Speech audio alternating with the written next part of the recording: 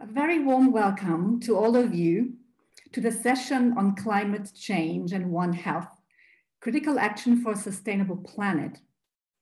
We have today explored climate change from different perspectives already. This is the third section, or the third session in a row on climate change, but now we want to explore the One Health perspective. The session is co-hosted by the German National Academy of Sciences, Leopoldina, the Inter-Academy Partnership, and the Lancet One Health Commission. The original idea was that Professor Haug, president of the Leopoldina, and I co-chair this session together. However, Professor Haug was called away last minute, having to attend to activities around the recent surge of COVID-19 in Germany. Therefore, I will be your only host and the moderator of this session. I just quickly introduce myself to you. My name is Andrea Winkler, and I'm a neurologist by training and a professor for global health. I'm the co-director of the Center for Global Health at the Technical University of Munich, Germany, and the founding director of the Center for Global Health at the University of Oslo in Norway. And I'm moderating today my capacity as co-chair of the Lancet One Health Commission. I'm just going to explain to you how we thought our session could work. In the first round of our discussions today, we will explore climate change from different perspectives. One Health perspective, the planetary health perspective, food security and nutrition, and infectious diseases. And in the second round, we will go a bit deeper and dive into concrete examples as to how we could operationalize One Health, always with an emphasis, of course, on climate change. So before I come to our first panelist, I would like to draw your attention to a recent and relevant publication in the context of climate change and One Health called the Berlin Principles on One Health, Bridging Global Health and Conservation. The Berlin Principles reconnect the health of humans, animals, and ecosystems in an economic and socio-political context. They've been recently published, they're online, and we will try to post the link for you so you can have a look. They follow from the Manhattan Principles, and they were published in 2004, that have coined the term One Health for a broader public for the first time. But now the Berlin Principles also position climate change, biodiversity loss, and other pressing issues within the overall context of health and beyond. This is just as a head up for you and as some background information. I will now come to our first panelists, dear colleague and friend, and the co-chair of the Lancet One Health Commission, together with myself. So John, very, very nice to have you as always. You're a faculty of the Global Health Department of the School of Public Health at KNUST in Kumasi, Ghana. And you're also heading a group on global health and infectious tropical medicine at the same institution. And apart from your leading roles in various African and global networks on emerging and neglected tropical diseases, you are also the co-chair of the Lancet One Health Commission. And in this capacity, John, I would like to ask you, please set the scene for us. What is the relevance of One Health for climate change? John, the scene is yours. Well, thank you very much, Andrea. I'm co-chair of the Lancet One Health Commission. And if I may also co-introduce you, we are based, I believe, at TUM in Munich and also in Oslo, at the University of Oslo. And it's always been a pleasure working with you on the Lancet One Health Commission. Now, I find this topic really exciting, thinking about climate change and One Health. And I know that there may be many people who are eager to hear. I can see this from the number of participants already on the panel. I'd like to start with a bold statement, which is that climate change affects the environment and the environment also affects climate. So it's kind of a cycle. When we think about climate change affecting the environment and then the environment in itself is affecting climate change, it puts the focus right there where it belongs, which is on the environment. And the environment, we need to look at it in two ways, which is both the natural and then the built environment. Of course, I don't need to go into the details of what the natural and the built environment is in technical terms, because it is pretty intuitive in itself. The built environment the natural environment, but how much of natural is really natural anyway. But both these environments, whether built or natural, are shaped in large part by our human activities. If we go and we decide to do some reforestation, it is a human activity in promoting a natural environment, one may argue. Not to speak of the cities that we build, the towns we build, and the roads and bridges. These are part of the built environment. And so whether you look at it naturally or built, human activity is really at the center of it, and it's shaping every kind of environment you can think about. Now, this shared environment is what is right there at the center of One Health.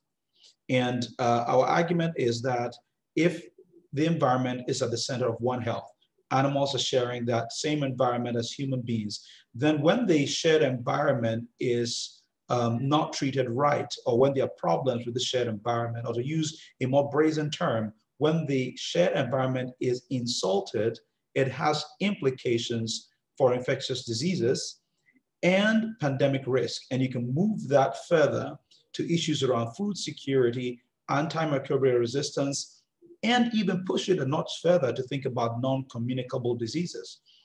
And think about food security and the risk that is posed by the insults that we pose to the environment. That's a big deal.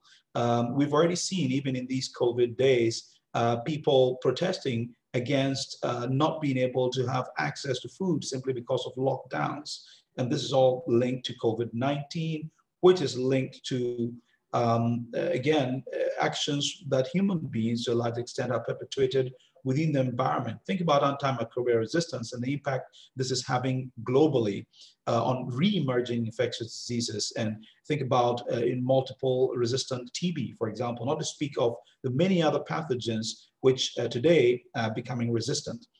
Then think about the non-communicable disease space, which is perhaps a bit more complicated, but a very interesting construct around this. I know, Andrea, you love this so much, and I'm going to love it myself, this idea of how non-communicable diseases are plugged in to One Health. And this is not the focus of the discussion today, so I'll not go too deep into that. So all these, both directly and with respect to their impact, sort of affect climate also indirectly. And so we are arguing that One Health is able to help us to better appreciate and understand these interactions. And I'm just going to show you one little slide that I have, which speaks to this interaction that we believe there is with the environment and the climate ultimately. And here is what I spoke to, which is the shared environment right there at the center of things, and the non-communicable diseases, the infectious diseases, the antimicrobial resistance, and even the thought around the non-communicable diseases. And our argument is that One Health is better able to help us to understand, to appreciate, and to intervene within the shared environment, which ultimately will impact on climate, and the climate itself will then impact on the natural environment, hopefully with the results that we desire to have a more sustainable planet. So for me, this is the linkage, the almost direct linkage, I should say, between the One Health approach to a sustainable planet and the current issue of climate change. Thanks a lot, John, for really setting the scene so nicely. We're now going to move to Professor Dr. Tony Capon, and maybe, Tony, you want to challenge John, you know, from the planetary health perspective. But before you do this, let me just introduce you. So, as the director of the Monash Sustainable Development Institute, Australia, and as the Planetary Health Chair at the Monash University School of Public Health and Preventive Medicine, you are also a leading voice really in planetary health. You're also a member of the Rockefeller Foundation Lancet Commission on Planetary Health, and you serve on the International Advisory Board for the Lancet Planetary Health Journal. So, Professor Tony Capon, building upon the narrative now of Dr. John Amoesi, please discuss the importance of climate change now from the perspective of planetary health. Over to you, Tony. Yeah, thanks very much, Andrea, and to John for those words of introduction. And I'd really like to pick up on a couple of things that John said. For me, the focus on human activities as the heart of the challenge it applies just as much to planetary health thinking as it does to a One Health approach. And at the heart of this is understanding human health and well-being through the lens of systems, ecosystems, and systems more generally. When we think about planetary health and where climate change sits, we think about three broad categories of relationships between climate change and health: direct impacts, indirect or system-mediated impacts, if you like, and flow-on impacts. So let me just spend a moment walking through those chunks, if you like, of the challenge of climate change for health. So direct impacts of climate change, if you like, the most straightforward, the most readily understandable, the health impacts of floods, of heat waves, of fires, as we've seen in Australia last summer, in California more recently, indeed around the world. Storms, water shortages. There's a range of direct impacts of climate change on health. Secondly, this broad category of indirect system-mediated impacts, we need to be thinking about three subcategories here. Firstly, changes to physical systems and processes. And I guess an emblematic example of this is the relationship between climate, air pollution and health. So under certain weather conditions, hot weather, for example, in cities, we get higher rates of ozone formation at the ground level, and this increases the health risks from air pollution. So it's a system change from the physical point of view. Secondly, changes to biological systems. And here, I guess, an emblematic example is mosquito-borne diseases. So with the changing climate, we get changes in abundance and distribution of mosquitoes and indeed other vectors of disease, and changing risks for human health. The third subcategory is broader changes to ecosystem structure and function. For example, constraints on microbes. And this is where we see the emergence of new pathogens, for example. Importantly, there's a third category here, and this is what we refer to as flow-on impacts, or Colin Butler refers to as tertiary impacts of climate change on health. And these are mediated through the social foundations of health, the social determinants of health, if you like. And so here, a classic example might be the changes to levels of soil moisture that we see in prolonged periods of drought, and what this means for agricultural productivity, the incomes of farmers and farming communities, and then the mental well-being of farmers and farming communities. And as you know, we're very concerned about rates of depression and indeed suicide in rural communities around the world during these prolonged periods of drought. So yeah, that's Andrea. I'll throw back to you. When we're thinking about this from a planetary health perspective, it's very aligned with the One Health approach, and we look across the spectrum of health outcomes, the physical health outcomes and the mental health outcomes. Well, thanks a lot, Tony. That also has really set nicely the scene now from the perspective of the planetary health. Let me move on to our third panelist, who is well known to many of you, Professor Dr. Sabine Gabrich. And Sabine, it's a pleasure really to have you here with us today. You're the head of the Research Department on Climate Resilience at the Potsdam Institute for Climate Impact Research. And you're also professor for climate change and health at Charité Universitätsmedizin Berlin. And your research has focused on maternal and child health before and even now, particularly early life malnutrition in low income settings. And you have published very, very nicely on this topic in high impact journals. Like Professor Tony Capon, you have been guided by the concept of planetary health. So could you please discuss the health and nutrition impact on climate change, including implications for food security? And please share your perspective regarding the role of One Health in transitioning towards efficient, sustainable, and equitable food systems. Sabine, the floor is yours. Thank you, Andrea. So my very simplistic answer to what's the health impact of climate change would be that it's a threat to our planetary life support systems. And in German, we have a nice word, Lebensgrundlagen, which is the foundations of life, which is basically clean water, tolerable temperatures, clean air, healthy and nutritious food, and so on. And I'm going to focus on the food and the agriculture.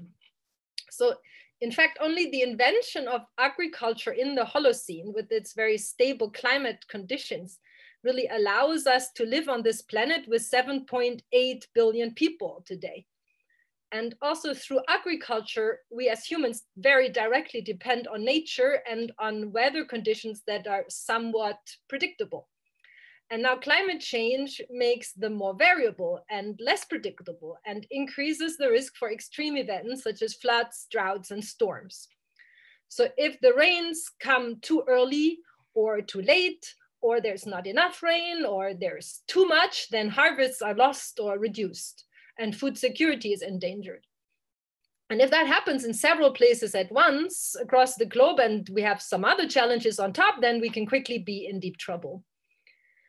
Just to mention briefly, fisheries as well, they're also threatened by climate change due to ocean warming, which affects the corals, and also the acidification through the CO2 affects all the shell-building little organisms, the plankton, etc.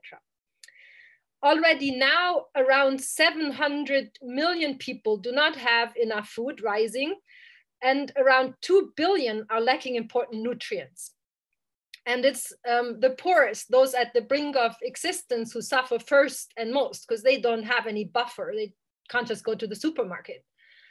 And undernutrition has devastating consequences, especially for young children, compromising not only their growth, but also their immune systems and most severely their brain development. So they'll have difficulties in school and never really reach their full potential in life. And then there's the socially mediated consequences of not enough food. It can lead to conflicts, political crisis, even violent conflicts, and forced migration, and all those consequences of health on top of that. So for the transition to sustainable, equitable, and healthy food systems, if we take a One Health or planetary health or eco-health perspective, whatever, it's like looking at the big picture for me and seeing the several interrelated problems with their common systemic drivers. It's like there was the one Lancet Commission calling it the syndemic, and also looking at the trend of what's going to happen if we don't do anything. So let's start with the consumers. So the food system currently leads to 2 billion people not having enough nutrients, as I mentioned. Also, 2 billion people are overweight due to cheap calories, ultra-processed foods, the nutrition transition. And nutrition-related diseases are the leading cause of poor health globally. So not good for the consumers. The farmers also not benefiting. They carry very high risks. They get low payment for their products, and many medium and small scale farms have to give up. And for the environment, it's also not good. The way we produce food is very harmful to the planet. Through the greenhouse gas emissions, we're contributing a large portion to climate change, but also through biodiversity loss, soil degradation, pollution, freshwater overuse, they're actually pushing us over several planetary boundaries.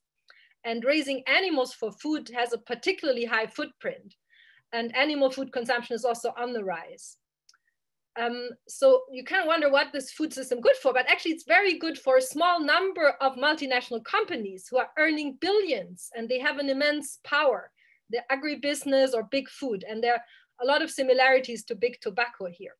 So if we look at solution space, taking a transdisciplinary approach would mean that we consider human health, animal health, environment or ecosystem health, also climate mitigation and adaptation, and at the same time, biodiversity, as well as social justice, power relations, and so on, all at the same time. And another important thing for the solutions could be that we can learn from nature in how we produce food.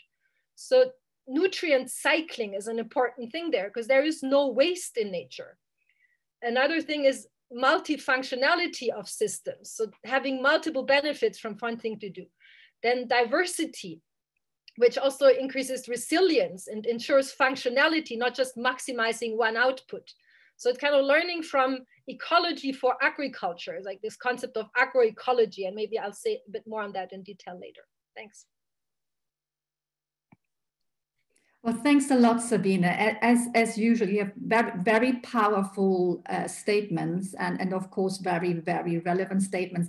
I have one question here from the audience that I would like to actually sort of sneak in now, because it may be quite important for the audience to understand what we actually talk about. And it is not clear to everyone, and most likely it's not even clear to us. But this person very rightly is asking, well, One Health and planetary health and sustainable health, but could someone clearly and succinctly explain what the difference of these terms is? So Sabine, can you just stay with planetary health, like a one-sentence definition of planetary health to our audience, or even two sentences? I would rather try and do it all at once, if you let me. Oh, sure, and then I may just then call and then you John. Can correct how you see it. So I would say that they have a huge common ground, and they come from different traditions. So the One Health comes more from the veterinary tradition, the planetary health from the public health tradition, and the eco health from the ecology tradition. And that's how they have different emphases. And there's a lot of variation in how it's interpreted within each community. So you get One Health definitions that are super narrow, just antimicrobial resistance, zoonosis, and you get some that are super broad. Also in planetary health, some can be anthropocentric, others are very broad. And the same maybe for eco health. So the variation between definitions and within the definitions is both huge. But the commonality is that it looks at systems, it looks at all the different parts interacting, and emphasizes the transdisciplinarity, I would say. Thank you, Sabine. John, would you like to add anything? Oh, yeah, I can add to that, and thank you very much for your explanation, Sabine. I like the way you put it, that there's this history behind these labels that we've given to things. And Andrea, you put it so beautifully when in a private discussion yesterday, when you mentioned that in actual fact, all these boundaries and definitions are almost irrelevant when you focus on the intended outcome. In this case, reducing the risk of outbreaks and ensuring that we can have a sustainable planet. That notwithstanding, if I can speak very clearly to what the focus is for One Health, it is the shared environment within which animals and humans exist and need to coexist in such a way that the health of both is preserved and promoted. So it comes from this fundamental belief that there is an interconnectedness between the humans, the animals who exist within a space, and this space is shared and is a shared environment. Now it's the activities of both the humans and the animals within the space that has implications for the sustainability of our planet. And we posit that the majority of these activities would hinge on the human being, even the animal activities are eventually moderated by human beings. You can think about the methane gases that are produced as a result of heavy animal husbandry, but this is human beings again who are farming anyway. It's the animals who are producing the wastes that would increase the levels of methane gas. So in a nutshell, I would say this is the focus, or this is the angle from which One Health comes at it, but ultimately by way of the outcomes and the intended results, very, very, very close.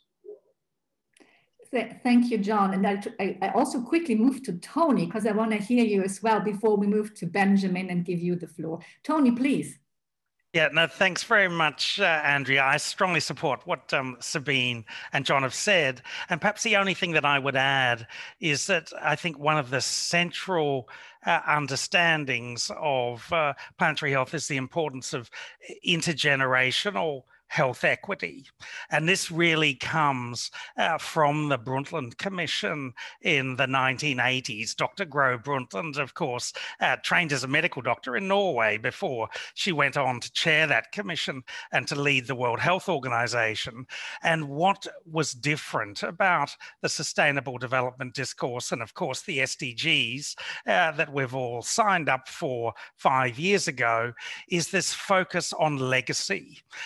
What are we leaving behind for future generations? And in much of global health discourse, we've traditionally focused on health inequities among people who are currently alive in the world, the people we can see in the world, if you like. But one thing that's different about a planetary health approach is that we're thinking generations ahead, indeed, as Indigenous people around the world have always done. So bringing this understanding of the importance of future generations into the discourse. Well, thank you, Tony, Sabine, and John. Of course, I think this was very helpful to our audience. And as Sabine has also mentioned, even within our, inner circle, so to say, we tend to argue, and there are more narrow definitions and there are broader definitions. And very often we say, well, planetary health is more anthropocentric, whereas One Health is less anthropocentric. But then there's also there are shades of gray also within One Health. But One Health usually says, well, even the animals themselves, they have a right to exist by themselves without any effect or impact on human health. But anyway, I think I want to... Andrea, and what about the plants? And indeed, all the microorganisms. We're spending a lot of time trying to squash one microorganism at the moment, and that's important. That's important. What about the trillions of microorganisms that we need to be healthy? All those good guys. So often we also need to think about the organisms we can't see that are microscopic. Yeah, absolutely. And I want to move with that. I know that, but maybe we can take this in the discussion later again and have some more from the audience. And I've got another thank you mail for clarifying. I'm not sure that we could really clarify because there's no 100% distinction and it's shades of gray anyway. So I want to move to Benjamin. Benjamin, it's really a pleasure to have you. And of course, last but not least, Benjamin Rush, you are the research director at the French National Research Institute for Sustainable Development, IRD. And your work has focused on biodiversity and infectious disease transmission. And I therefore ask you to please discuss the interconnection between climate change and infectious diseases, particularly zoonoses. So these are diseases affecting humans and animals, with an emphasis on the obvious elephant in the room, COVID-19. So what are these interconnections and how does the One Health perspective help us to understand them better, and how might they be addressed through an integrated One Health approach? Benjamin, please, take your time. Thank you, Andrea. It's a great pleasure to be here and to participate to this panel session. I think I'm not going to add my 2 cents on this definition of One Health Planetary Health and Eco Health approach. I think is going to be at the discussion at the end of this session. But as you said, Andrea, so we talk about the interconnections between climate change and infectious diseases through a One Health approach. So first, I'm going to talk about the links between climate change and the emergence of pathogens. Then I'll talk about how adopting a One Health approach can help to understand this kind of systems in the light of climate change. So first, it's worth pointing out that climate change can have actually 2 kinds of impacts, which can be direct and indirect. So from a direct perspective, climate change can increase persistence of some pathogen within the environment or improve their transmissibility. It can also increase the distribution range, as Tony said, of many vector and host species, invasive or not. And then the spatial distribution of many pathogens they can transmit. So this is clearly the case of many mosquito-borne diseases like dengue, Zika, West Nile virus, or chikungunya, just to cite a few of them. But so the climate change can also have indirect impacts on pathogen transmission. Indeed, the causes and consequences of climate change can be linked with an increased probability of pathogen emergence and transmission. So to this extent, the link between climate change and biodiversity alteration is probably the most documented one. Biodiversity alteration is mostly due to deforestation, which is also a primary contributor to climate change. Meanwhile, climate change impacts directly the structure of biodiversity. So this creates a vicious cycle, as John said, between climate change and biodiversity loss. So this is dramatically important because we know that a higher biodiversity implies a higher number of animal species that are not able to transmit a given pathogen. And then the presence of these species will tend to dilute their transmission. So this protective effect of biodiversity on pathogen transmission is not just conceptual. It has been observed for many different pathogens like West Nile virus, some hantavirus, Lyme disease, as well as suggested also for some coronavirus. So finally, another indirect impact of climate change relies on its impact on numerous economic activities, especially in the field of agriculture. So these changes on economic activities can also promote an increased contact between animal and human population, and therefore a higher risk of pathogen spillover to human population. So to illustrate how a One Health approach can help to better understand the impact of climate change on infectious disease, we can take the current example of COVID-19, which, as you know, is due to the SARS-CoV-2 virus. So to have a pandemic of a zoonosis like this one, 3 steps are actually needed. So first, the pathogen has to circulate at high level within the animal compartment. So to this extent, climate change through its direct and indirect impacts can increase this circulation of pathogen. So for the SARS-CoV-2, its origin is still not very clear, but we know it circulates in some animal communities long before it reached human population. So the One Health approach can allow to identify an increasing pathogen transmission in the animal compartment. The second step to have a pandemic like the COVID-19 one is an important interface between the animal and the human compartment. So as said previously, the impacts of climate change will strongly interfere on such contact pattern. So through considering jointly the circulation of pathogen in the animal and in the human population, so the One Health approach can allow to understand what are the most favorable conditions for a pathogen to jump on humans. Finally, the last step for pandemic is that the pathogen get adapted to human population. So to this extent, understanding how the pathogen has evolved between its circulation within the animal compartment to the human one can allow understand if such adaptation to human is already occurring, as well as identifying potential target for drug development. So just to sum up on this conceptual framework, in the context of climate change, so the One Health approach can allow identifying the threat much quicker, and also to envision strategies to prevent such emergence. Thanks a lot, Benjamin, and also for, in a way, making the case for a One Health approach, but also showing why it could make sense.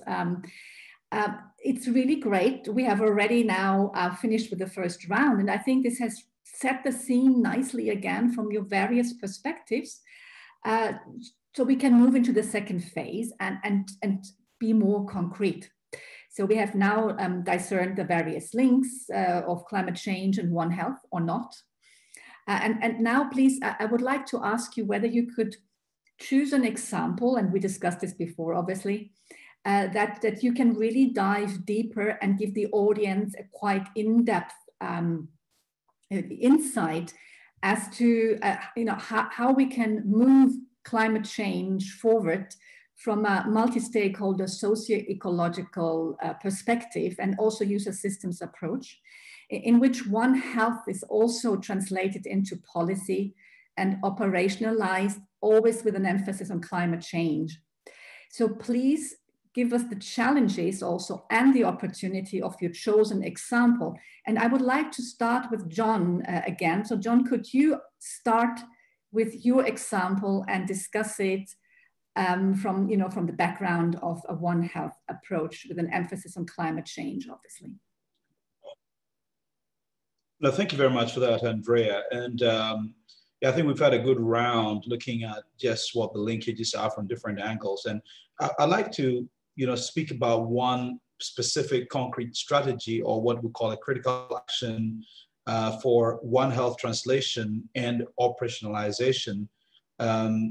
This is the need to forge what I call an integrated approach to research on the linkages between climate change and health.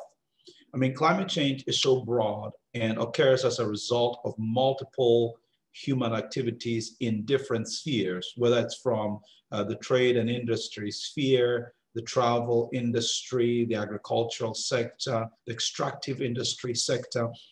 And all of these are meant to promote and sustain human well-being, but ultimately have an impact on the climate, which to a large extent has been measured as negative. And because of this, we need an integrated approach to be able to research some more on these linkages. And one thing that has been elusive to many of us has been the cost effectiveness of large-scale global surveillance activities. Now, with surveillance activities, what you want to do is to be able to predict in order to be able to prevent. You want to have your eyes on the ground. You just don't want to be aware of the risk and know the linkages. You want to be in a place where you can stop it from happening. I think we are very much in a position of the astronomers, or shall I say the space people, who are able to predict when an asteroid is passing by, or the risk of an asteroid hitting the Earth, but we can do almost nothing to prevent it from hitting the Earth. And we really think we should be able to do much better.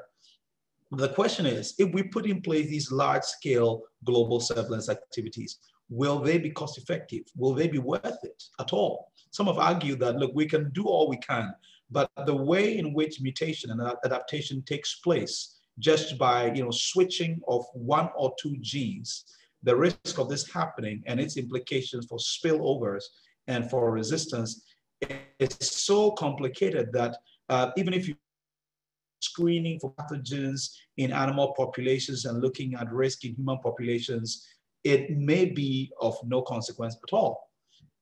Maybe there's a better way in which we can go about our surveillance, but we need the research to be able to tell us whether this is really going to be cost effective or not. And I think that we have a great opportunity in COVID-19. It's more like a very natural experiment now, looking at the impact that COVID-19 has had globally on economies. I was looking at figures for my country, Ghana, and it's the first time our economy has contracted since 1983. The economies of Europe are in shambles, the same with the US. It's only China that seems to be making some progress with their economies. So one may argue, if these are the losses on account of one pathogen, which, by the way, we did predict actually that the world was at risk of a respiratory pathogen, which would have been a pandemic and cause havoc. So we could predict it, but we could not prevent it. So maybe it is actually worth it, but what if one slips through the cracks? But we do not know all this. So another concrete example I would speak about is the conduct of multidisciplinary research to measure the impact of climate change mitigation activities on human and animal health and well-being. So we have been arguing that climate change needs to be addressed. Now, to what degree are the measures that we know should work really having an impact on human and animal health? Do we have an integrated approach to measuring these across various disciplines? We need to be very deliberate about this, and also be able to inform the scale up and modification of the various mitigation strategies that we are currently utilizing. And with this, I'd like to make very specific mention of our call for a COVID-19 One Health Research Coalition, Andrea. And it's not about COVID-19 per se, but it's just referencing this pivotal time in the history of human existence, and therefore making a call for trans multidisciplinary research with a One Health, from One Health angle, to address the future of human existence on our planet. And you can refer to our article, which is titled "Calling for a COVID-19 One Health Research Coalition," which speaks to this. I can also make mention, as you did, Andrea, of the Berlin Principles, which focuses on bridging the global health and conservation gap. And the Berlin Principles speak very specifically to these need for constant monitoring of the actions of humans and the implications for climate and for our health. I think I'll stop right there and allow my other panelists also to provide their concrete examples. Thank you.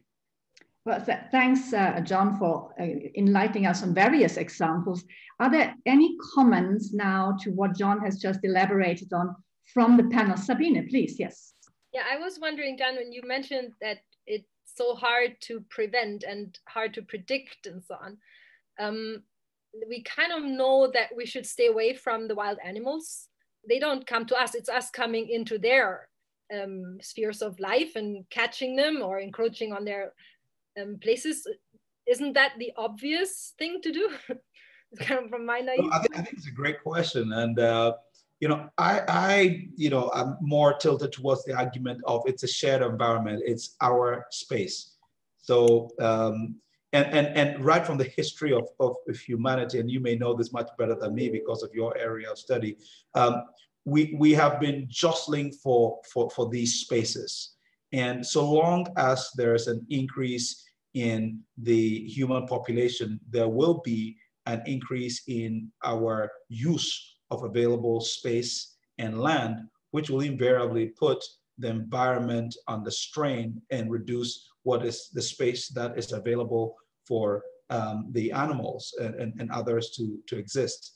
So, I mean, simply staying away from wild animals, well, I wonder how really practical that is, aside the issues around regulating or addressing wildlife trade in a very systematic way. Of course, I'm sure you've already seen that I'm staying away from using the expression ban wildlife trade, because I believe that that is not a very respectful approach towards addressing the issue of spillover and pandemic risk, but really looking at wildlife trade holistically and trying to see the points at which the risk of spillover is greatest and the risk of spread is also greatest. And I could refer you to some work that has been done by IBBES on biodiversity, which speaks very well to this holistic approach to looking at the wildlife trade. So yeah,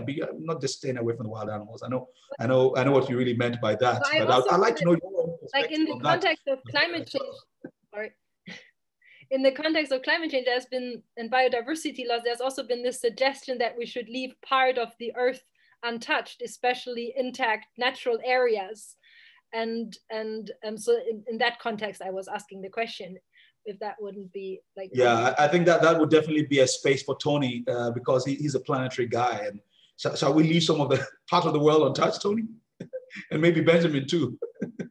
And I mean in untouched, I don't mean like to kick out indigenous populations who've been able to live in a way with these environments and animals without causing all that trouble that the modern society is doing. So not to misunderstand what I mean.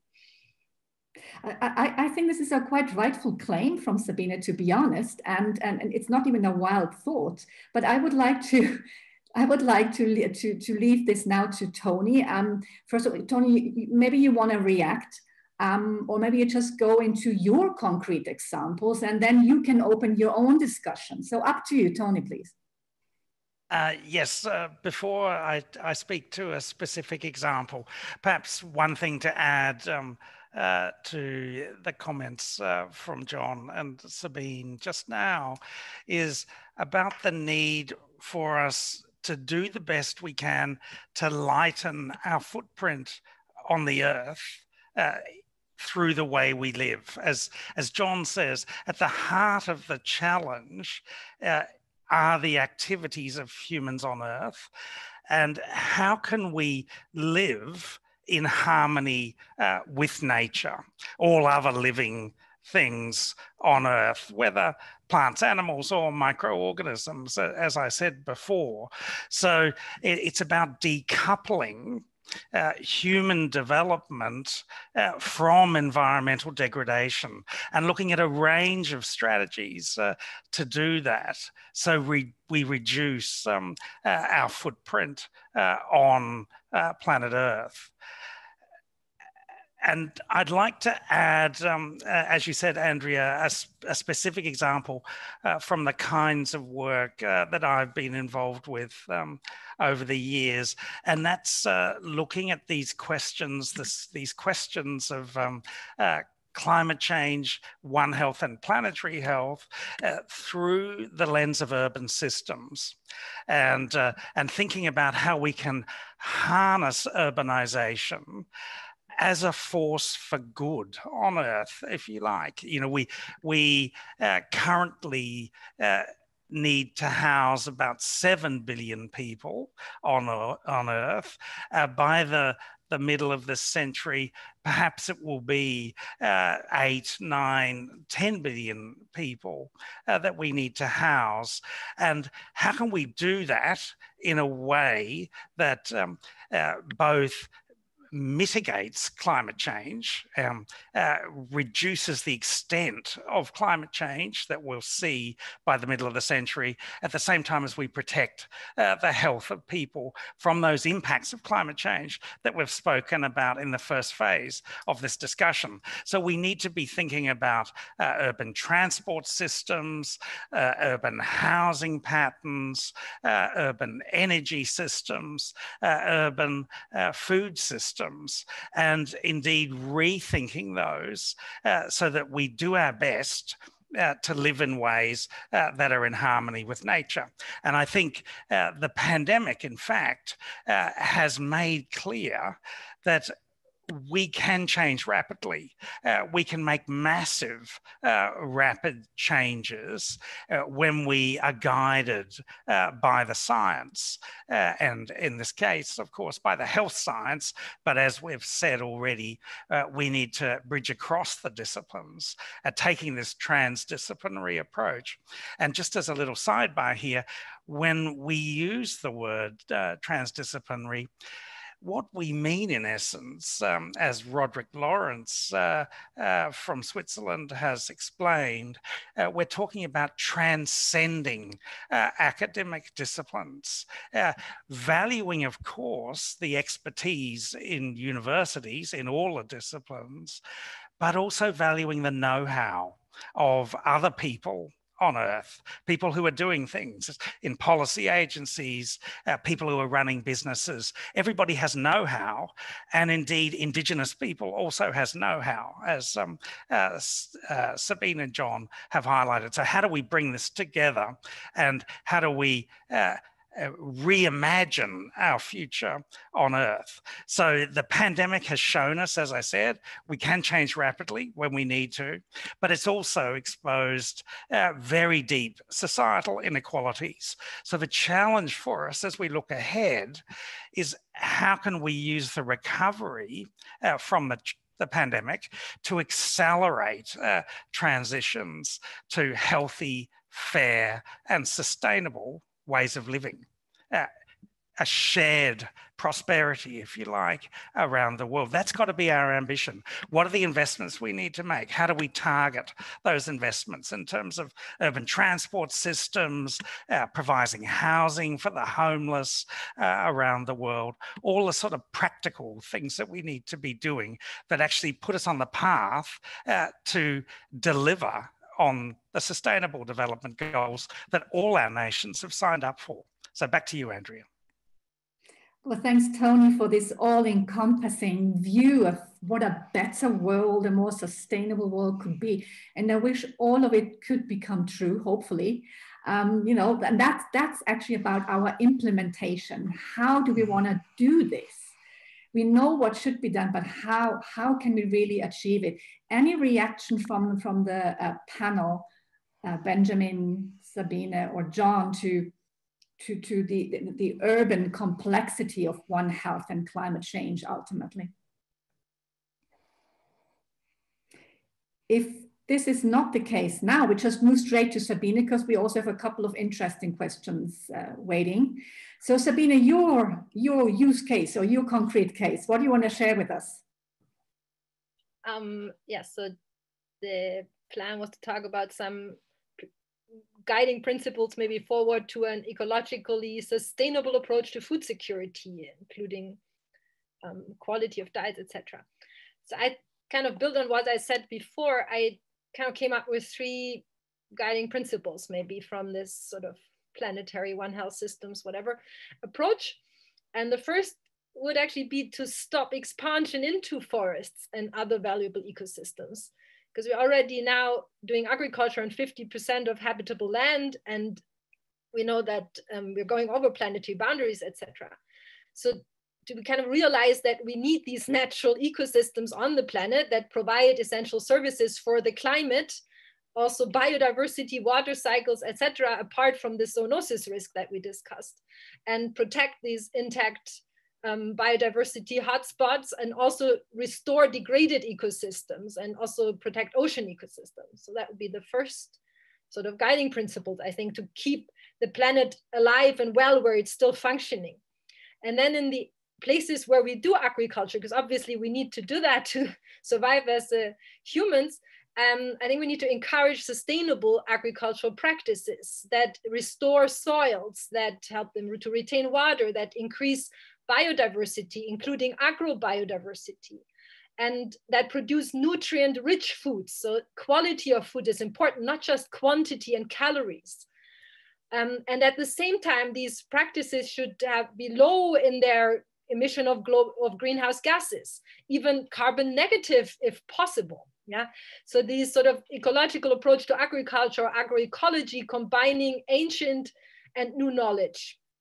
And then the argument to that will obviously be that that may need more land per calorie. And yes, true, but it also produces other nutrients important for health and other benefits and less harms. And all that needs to go into the equation. We need like a whole cost accounting. The prices need to say the truth. And if we reduce the overconsumption of animal source foods, that can release a lot of land. Currently, 3/4 of land is used for meat and dairy production. So I see that more as an opportunity where we need less land if we make progress on that. And then the third thing would be to protect and support socially disadvantaged and vulnerable population, small-scale farmers, indigenous peoples, and so on, and civil society in general, against commercial interests and big corporations, like support them to establish better production practices, resilient seed systems, local processing markets, and so on, but also knowledge networks and land rights and social protections and so on. So in terms of challenges, I kind of see there the vested interests in agribusiness, and some of these people are in power now, in positions of power, like Bolsonaro in Brazil. And opportunities are this multi-solving for where the same things are good for climate change, biodiversity, health, and social justice. And it can be farmer and community led, so it can come up also from the bottom without necessarily needing the top. And maybe I also can mention FARM, this project I'm leading in Bangladesh, as a more concrete example on the ground for sustainable nutrition intervention. Actually, it was inspired by the eco-health approach back then, because I didn't even know about planetary health. I think it came up after. There are also plenty examples in the EPAS food report, but I'm like reporting on farm as I know that best. So it's a homestead food production intervention in Bangladesh, working with women and their families. And the intervention is complex. So it has many components that are meant to act synergistically. And that includes trainings in year-round vegetable gardening, but also chicken rearing, mainly for the eggs, some marketing training for selling surplus and earning some own income for the women, and also very importantly, nutrition education, how to eat during pregnancy, young child feeding, joint cooking sessions, and also a food hygiene program, because it's not just intake of nutrients, but also uptake in the gut. And we conducted a cluster randomized trial over 4 years, including 2,700 women and their children in 96 villages in northeastern Bangladesh, with the primary outcome stunting in children. And then we added to this main trial various projects from different disciplines, kind of trying to make it kind of multi, if not transdisciplinary. And one is on gender aspects in agriculture, another on food hygiene and the role of gut infections and chronic gut inflammation and the microbiome.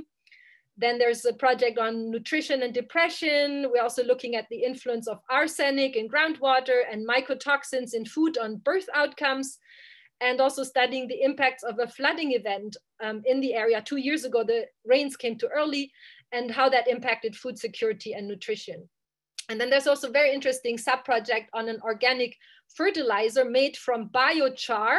So that's using crop residues like rice straw and heating them up at high temperature with low oxygen, and then mixing that biochar with cow urine, which is high in nutrients, and using that as a free and easy to make fertilizer for the gardens. And we did some farmer trials, and it greatly increased their vegetable yields.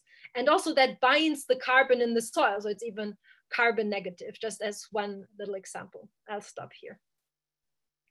Well, thank you, Sabine. In the interest of time, I'm just going to move to Benjamin, because we've got a couple of really interesting questions lined up, and one may come back to you anyway. But Benjamin, we would like to hear your take and your concrete example around climate change and One Health. Benjamin, please.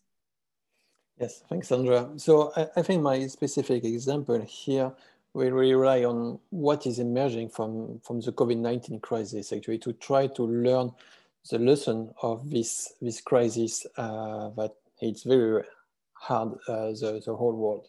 And so to try to understand how adopting a One Health approach to tackle the infectious disease issue arising from climate change. So I would like to talk about how we can translate One Health approach into concrete action. Still with this COVID-19 example, keep in mind.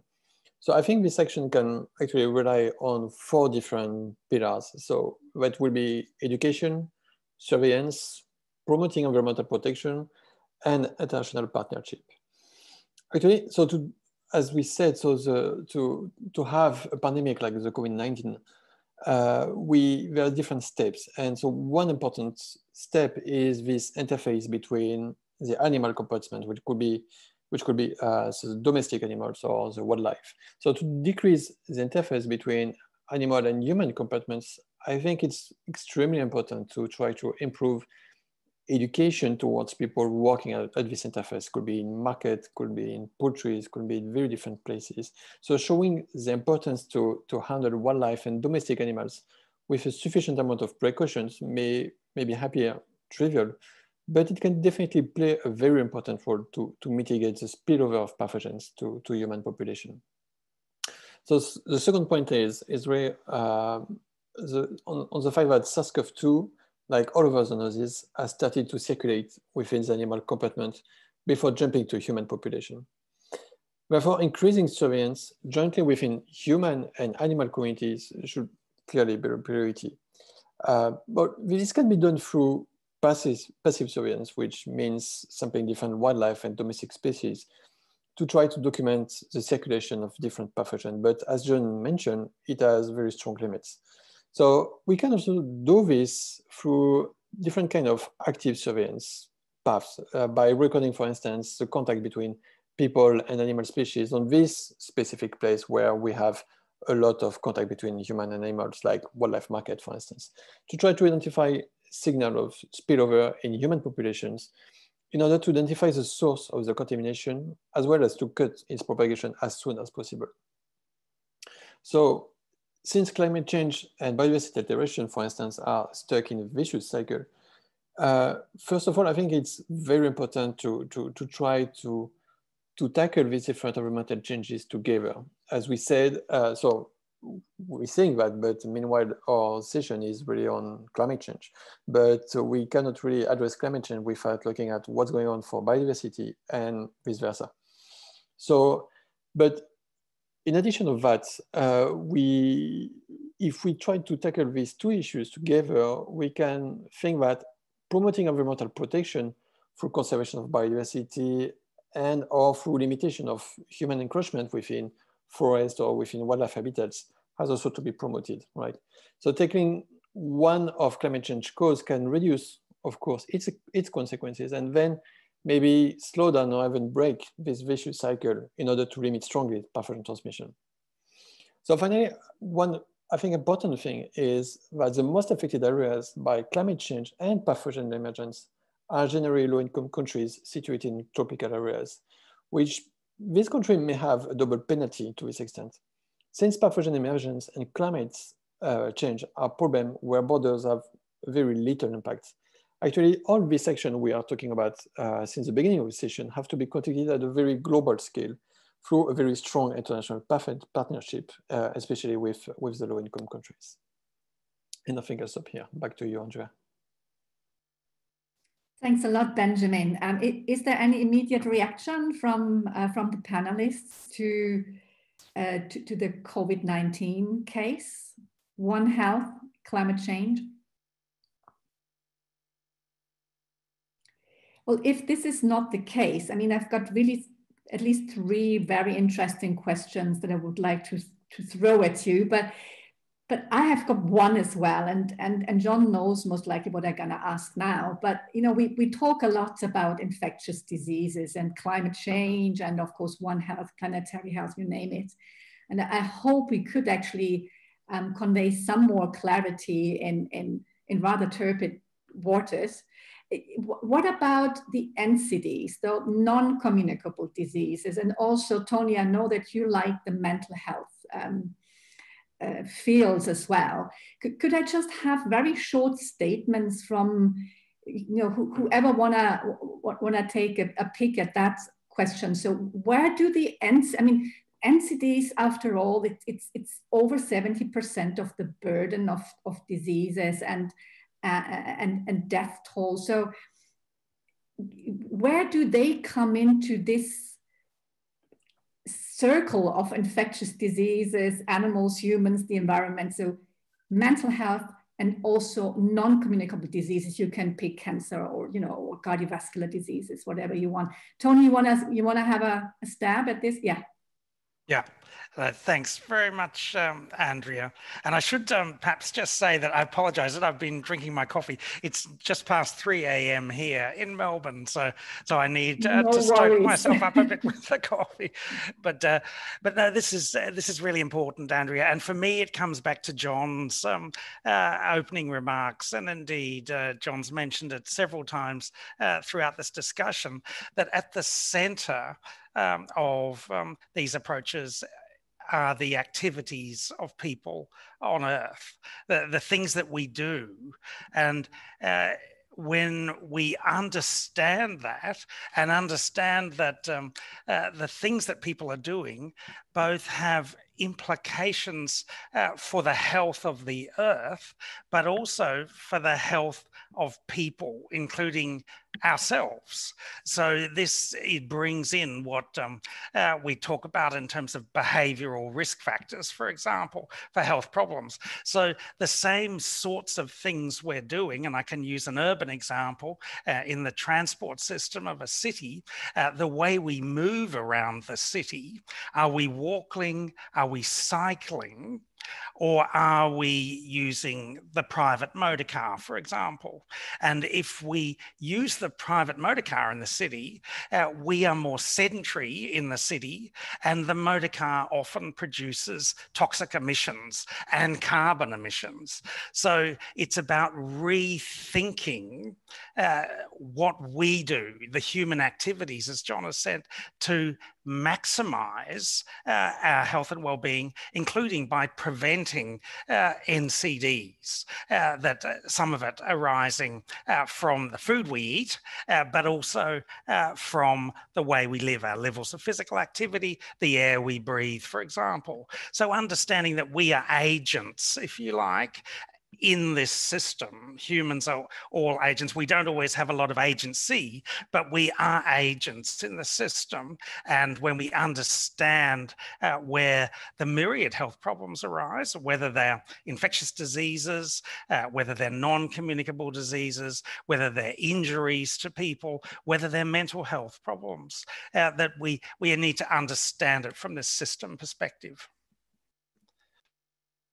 Well, thanks, Tony. John, would you like to add to this? Yes, I'd like to add to that, but just to quickly point out to your earlier question about COVID-19 and climate change directly, and just to reflect on the changes to our environment that we saw during the lockdowns in various countries across the world. There were several reports of the changes in nature and the cleanness of the waters and the skies, just on account of limited or reduced human activity. So if you wanted to talk about a direct link, you have it right there. That's why I said COVID-19 is definitely a natural experiment which we can benefit from abundantly. These are things which we could never have done in a randomized trial by any means. So we should really take this natural experiment very seriously. It's an N of 1, so but it is still a very significant one. Nonetheless, with talking about mental health, research has shown that people who have mental illness are actually very vulnerable to changes in the weather and temperature. In fact, people with pre-existing mental illness have been shown to have a 3 times increased risk of death during heat waves. Even the perception of threat of climate change can have very serious mental health effects. I know many people who just quit watching the news because it was having a devastating impact on their mental health, just hearing about the deaths from COVID-19 and all the linkages with wildlife trade and all that. It was just too much for many people, in fact, for almost all of us. And so there is really quite a direct link between mental health, even in climate change. One may say we're pushing it, but once you bring One Health into that loop, then it's even a stronger linkage. That's all I wanted to point out. Excellent, John, and I couldn't really agree more with this. Any other reaction from the panel before we move to our questions? Maybe adding on what Tony said and kind of linking to a question already. Yes, very good. Yeah, so when we speak about our agency or our behaviors and so on, I think it's quite important to be careful that we don't stay at the individual level behaviors. Of course, what we eat and what we decide, how do we decide to move and so on, is not only determined by us individually, although we do have some power in there, but it's also determined a lot by the living conditions we have, by the higher level systems that have sort of set the scene for us, which policies are in there, what prices are there, what's the infrastructure in a city, can you at all bike in it and walk in it without risking your life, etc. And that there's been people who suggested instead of Anthropocene, we should call this new era the Capitalocene, because it's not the humans in itself, but it's rather our economic system that's causing the trouble. And Andrew Farlow, I saw, ask a question why we're not talking about finance and economic system. I think it's a very good point that, yes, that's kind of a driver behind it, that it's not the damages are not inside it. The damages to nature are not counted. The damages to future generations are not counted. The damages to the poor are not counted really inside it. And so we do need different metrics that take that into account, that help us design a different way of living and trading and so on that is less harmful to the planet and to each other. And for that, definitely we need different metrics. The GDP is totally unfit for purpose. It just counts in everything, even if you do damage and then you have to fix it up again, that you've poisoned people or something, then it rises and so on. So it clearly makes no sense. We need something that's more aligned to well-being of humans and the planet, and shift the economic system. And I'd be curious to hear from him or others how this could be done, because that's outside of my sphere of knowledge. No, thanks, Sabine, and also for already answering one of the questions that we have lined up. Is there anyone else from the panel who would like to comment on any potential new metric to replace the GDP, something wild? I mean, it's wild times anyway, so maybe we have time for wild thoughts.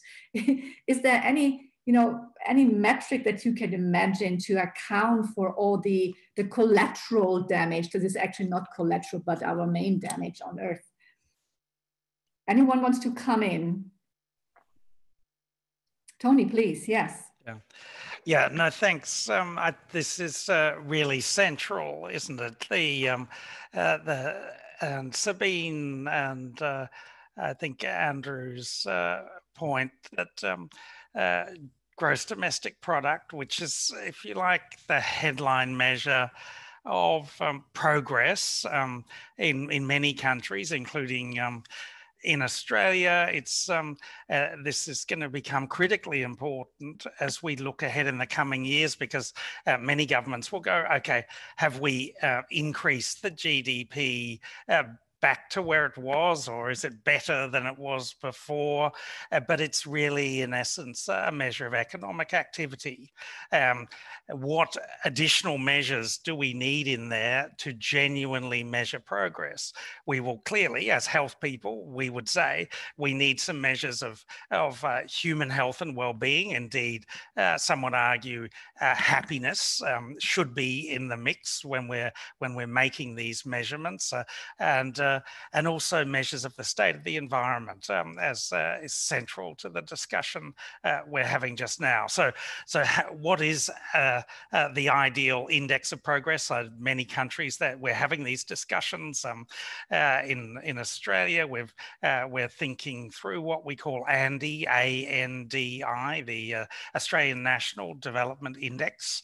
Canada's already got, I think, a Canadian Index of Wellbeing, but there are many examples from around the world to where countries are challenging themselves, not necessarily the governments in power, but the people of the nations are saying that we need to change, because if we don't have measures that make sense for planetary health, then we're not going to get there, because what we measure is what will matter, and it's what we'll track towards. So if we're just measuring economic activity, it's clearly not sufficient. And in fact, as Sabine says, when we do harm and attempt to repair that, then we spend money, and it creates economic activity, and GDP actually goes up, even though we've done and we're often doing harm. Well, thank you, Tony. Benjamin, please. Yes, no, just to add my 2 cents on that. Actually, I think it's, I'm not really sure it's such a good idea to look for some kind of unique metrics to try to identify what we should do, especially when we look at very different situations through the world. So the COVID-19 crisis had very different impacts in low income, middle income, and high income countries. And because of its different impacts, also the dynamics of the virus itself is also very different. So there is a lot of interconnection. So I don't think we should really look for some kind of unique metrics. We have to have a collection of metrics, and then after it's really up to the authorities to decide where, because they represent the people, right? But at this point, that they have to decide where they want to put the cursor on, right? If it's more on well-being, happiness, economic activities, and it will really depend on every country and the situation in every country, I think. Thanks. Well, thank you, Benjamin, and thanks for the your insightful arguments for maybe a new metric. Maybe we can also have, countries could also collect punishment points if they score high on mass meat production, or you name it. But this is just, I think this is most likely worth another panel. I would like to I have another question here for Sabine, or whoever wants to take it on. So Annette Abraham is asking, Sabine, how would you envisage the agricultural transformation you described? So you've seen the question yourself, Sabine. So who should do it? Who are the groups that should be on board, and how can a One Health approach apply to this transformation? Any immediate thoughts, Sabine? Well, my immediate thought was all of the ones you mentioned here, like consumers, industry, politicians, scientists, and so on. Yes, and actually there's been people more knowledgeable than me writing a lot of different reports on how we can transition to a better food system, just come up this year and last year, and I've read on them yesterday to inform myself, and they kind of list up, and also the Lancet Commission on the Syndemic, they have this sort of list, what can different policymakers do, what can civil society do, what can, there's to-dos for all of them, basically. And the nice thing I like about this agricultural sort of agroecology movement or something, that it can actually start from the bottom up as well. It can start from farmers. And it does in many parts of the world. I know that in India, there's a lot of stuff going on, and in many other places of the world. And at the same time, of course, it's super helpful, as mentioned before, if the higher levels actually make a supportive environment and not a hostile environment to these kind of activities, that otherwise it's get more difficult for people on the ground. And for that, I think civil society can push for that. The funding doesn't always go to the magic bullet, one technical solution, but to a more systemic approach to solving the problem. Well, thank you, Sabine. Anyone wants to add to this? If not, there's another question. And I found, again, from Andrew Farlow, very nice to read you, Andrew. Complexity systems. So although we know that, we have various variables accounting for one outcome, and as Sabine has just explained, complex interventions, etc., how can we remain clear in our messaging? So for scientists, complexity usually is not an issue, because we have some measures, at least we think we have some measures to explain the complexity, uncertainty around complex interventions. How can we communicate around this clearly? And how can we also tell people? So his last question here says, how can we use cases to demonstrate that there are not always two sides to every argument? So how can we communicate around complexity? Who wants to take this? John and Sabine, I think you wanted to, yeah. So maybe John first and then Sabine. Yeah, I'll just be quick about it. I think it's a great question that Andrea has asked. And yeah, sometimes it is very clear what it is. But unfortunately, in emerging and re-emerging infectious diseases, sometimes the problem itself is not very clear, and what is causing the problem is not very clear. And Andrea, I mean, we teach global health, and I teach epidemiology, and I teach a little bit of causality, and I try, especially when I speak about the principles of causation, to explain to my students how you have to be very, very, very humble in getting to that point in saying A causes B. And as researchers, we are really trained to be really slow in arriving at that, starting with the hypothesis and all that. Perhaps the approach to doing this is a more holistic way to which the general population is educated. And I defer again to COVID-19 and the splendid job that scientists, researchers, medical people have done in countries worldwide of trying to break things down to our populations and get people to really understand. I was chatting with my older brother, who's a physicist, and he was, asking a couple of questions, really intelligent questions. And I thought, this is great. And he's getting all this from the media, which is doing some really solid reviews on information, which otherwise would have been a discussion in the scientific realm. So I think that when we're able to structure our educational system in such a way that people understand the inherent complexity in these kinds of things, when as scientists, we begin to show the two sides of a coin, the population may be more amenable to accept these nuances or these uncertainties and be willing to gamble together with us, make the intelligent guesses, make the responsible gambles with the limited information we have. But of course, with things that are very clear, like climate change, for which there is need for clear messaging and there are no two sides to this, I think continuing to toe the same line, pressing home the message, showing as great pictorially and temporally is what will drive home the message. Because ultimately, if you keep hammering, eventually that nail is going to be driven through. And sometimes it does take hammering. Oh.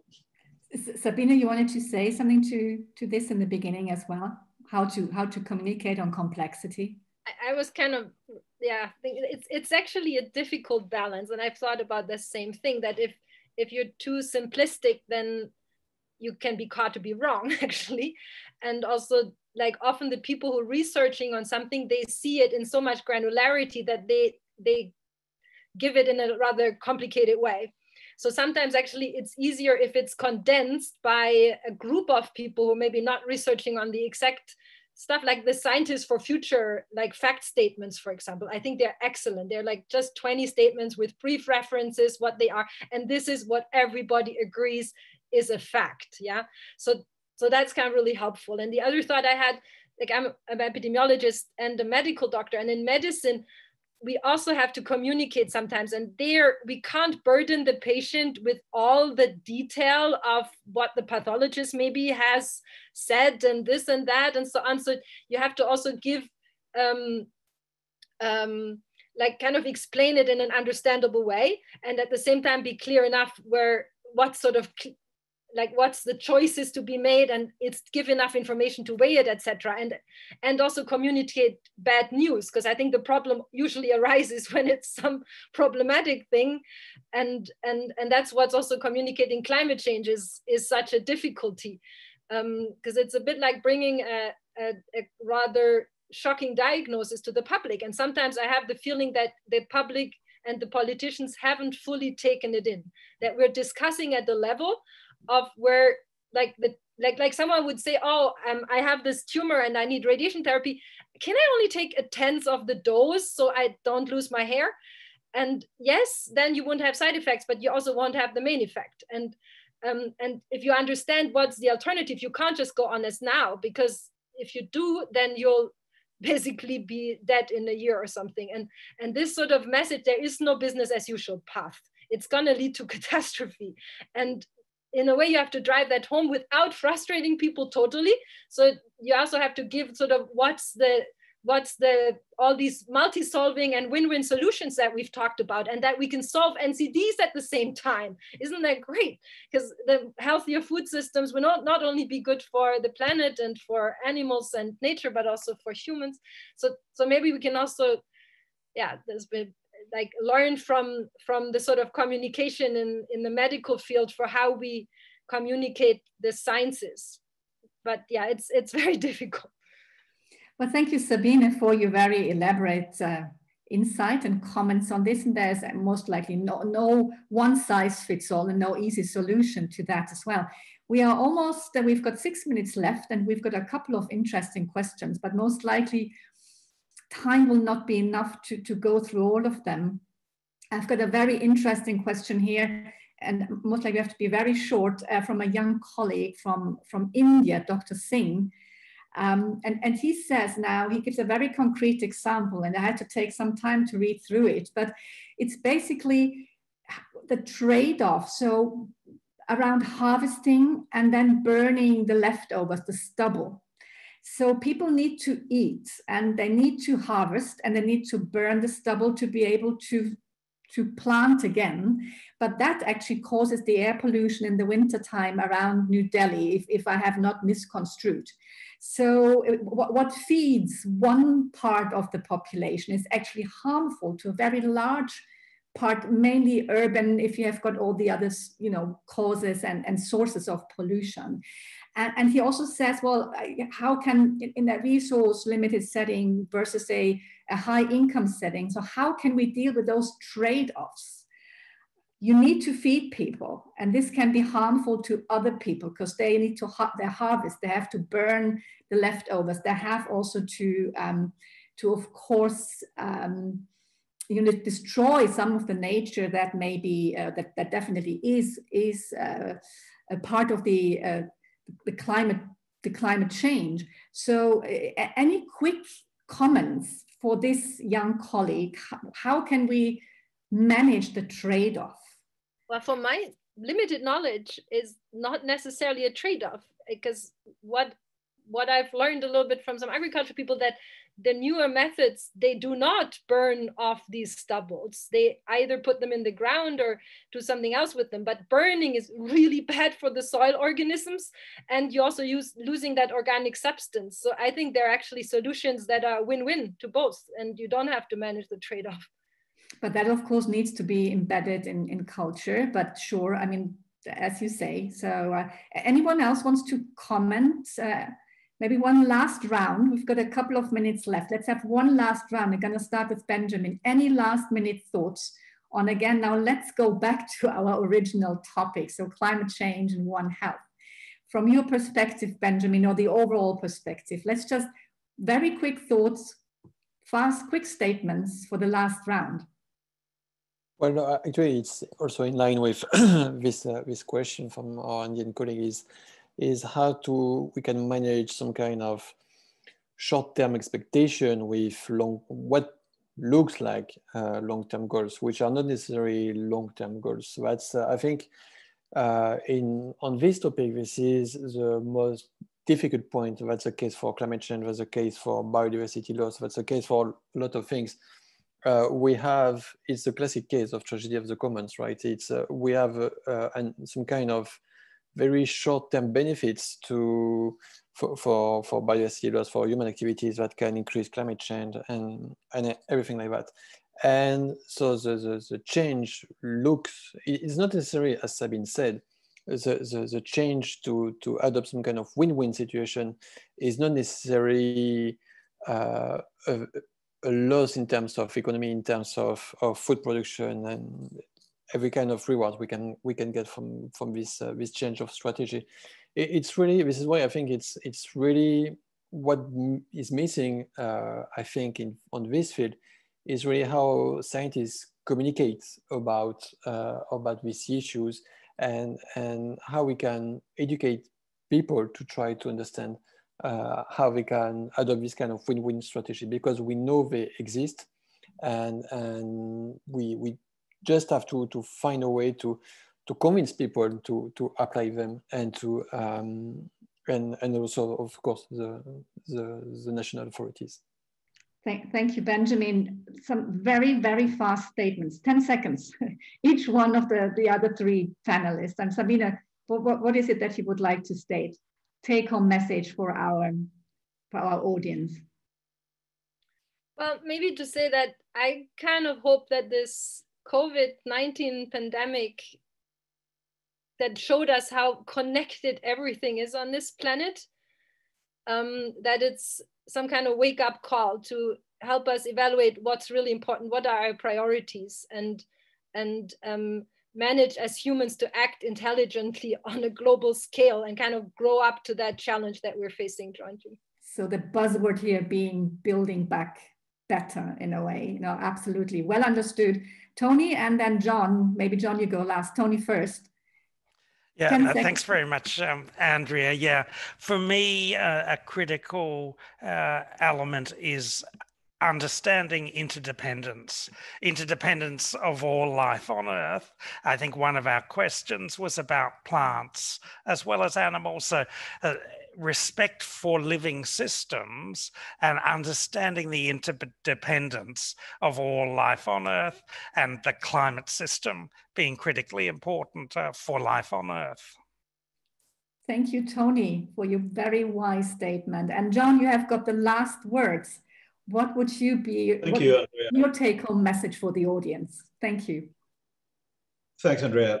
I think just being able to appreciate the power of climate change and its direct impact on our health, and the need for us to leverage the global movement around climate change, which transcends the health disciplines, to really push for this One Health approach, which will focus largely on the shared environment, which us humans and animals enjoy, and take responsibility as humans for the impact that we're having on the climate, and ultimately the climate is having on us. Well, thank you, John. And I couldn't have it said it better. I think it's fantastic last words. And with this, we are exactly to the minute. It's 5:30 p.m. here, CET, Tony. And I hope you get some more sleep, hopefully. So with this being said, I would really like to thank the great panelists. And it was a really lively, nice discussion. I hope it will not be our last one. I would also like to thank the audience who were bearing with us. We had 125 people with us at peak time. So that's, and thank you for the great questions, and have a very nice evening. Take care, all of you. Thank you. Very much. Bye. Bye-bye. Bye-bye.